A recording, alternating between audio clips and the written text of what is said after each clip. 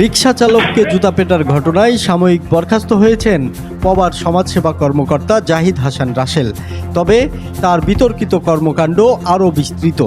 বিচারকের স্টিকার লাগানো গাড়িতে চড়ে দাপট দেখানো, কর্মকর্তা কর্মচারীদের সঙ্গে দুর্ব্যবহার, এমনকি পৌরসভার ডাস্টবিন নিজের গ্রামের বাড়িতে নিয়ে যাওয়ার মতো অভিযোগও আছে তার বিরুদ্ধে।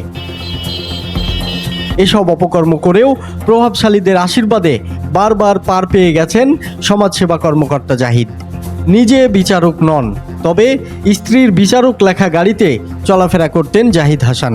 এ গাড়ি দেখে রাস্তায় পুলিশ পর্যন্ত স্যালুট দিত জাহিদ হাসানকে। তিনি প্রায়ই এ গাড়ির সামনে দাঁড়িয়ে ছবি তুলে সামাজিক মাধ্যমে প্রকাশ করতেন। একবার অফিসের সামনে এক শিশু গাড়িতে হাত দিলে তিনি ক্ষিপ্ত হয়ে ওঠেন। তখন থেকে অফিস সহকারী সোহাগকে দিয়ে গাড়ির পাহারা বসান জাহিদ। বিচারক না হয়েও তার এই গাড়ি ব্যবহারের বিষয়টি উপজেলা নির্বাহী কর্মকর্তা ঊর্ধ্বতন কর্তৃপক্ষকে জানালেও কোনো পদক্ষেপ নেওয়া হয়নি। পবা উপজেলার কর্মকর্তা কর্মচারীরা তার ব্যবহারে অতিষ্ঠ হয়ে একাধিকবার লিখিত অভিযোগ করেছেন। উপজেলা মহিলা বিষয়ক কর্মকর্তা শিমুল বিল্লাহ সুলতানা ও সহকারী সমাজসেবা কর্মকর্তা শারমিন আফরোজ অভিযোগ করলেও কোনো প্রতিকার পাননি। উল্টো অভিযোগ করার পর শারমিন আফরোজকে পবা থেকে বদলি করে পাঠানো হয় পুঠিয়া উপজেলায়। ওই নারী কর্মকর্তা অভিযোগে বলেছিলেন, তিনি জাহিদ হাসানের অধীনে কাজ করতে নিরাপদ বোধ করছেন না। জাহিদ হাসান অফিসে এক ভীতিকর পরিবেশ সৃষ্টি করেছেন। এ বিষয়ে তিনি উপযুক্ত সিদ্ধান্ত নেওয়ার অনুরোধ করেন। তবে এ অভিযোগের কোনো তদন্তও হয়নি। আর মহিলা বিষয়ক কর্মকর্তা অভিযোগ করেছিলেন, আলোচ্য সূচি ছাড়াই সবার কার্যবিবরণীতে সই করার জন্য চাপ দিতেন জাহিদ হাসান। তা না করায় জাহিদ তার সঙ্গে অশ্রাব্য ভাষায় কথা বলেছেন। এই অভিযোগ থেকেও পার পেয়ে যান সমাজসেবা কর্মকর্তা জাহিদ।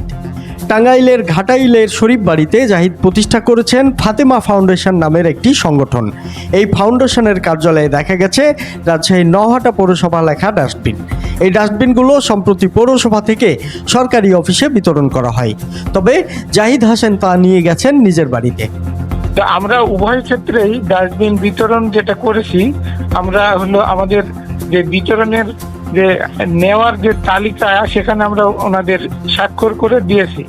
এখন উপজেলার সমাজসেবা কর্মকর্তা মহোদয় যে ওনার অফিসে ব্যবহার না করে বাড়িতে নিয়ে গেছে, এটা তো আমাদের কাছে মনে হচ্ছে দুঃখজনক। সাময়িক বরখাস্ত হওয়ার পরও জাহিদ হাসানকে রক্ষার চেষ্টা চলছে। সমাজসেবা অধিদপ্তরের বিভাগীয় পরিচালক সৈয়দ মোস্তাক হাসান ও জেলা কার্যালয়ের উপপরিচালক মনিরা খাতুন তার পক্ষে অবস্থান নিয়েছেন বলে একাধিক সূত্র জানিয়েছে।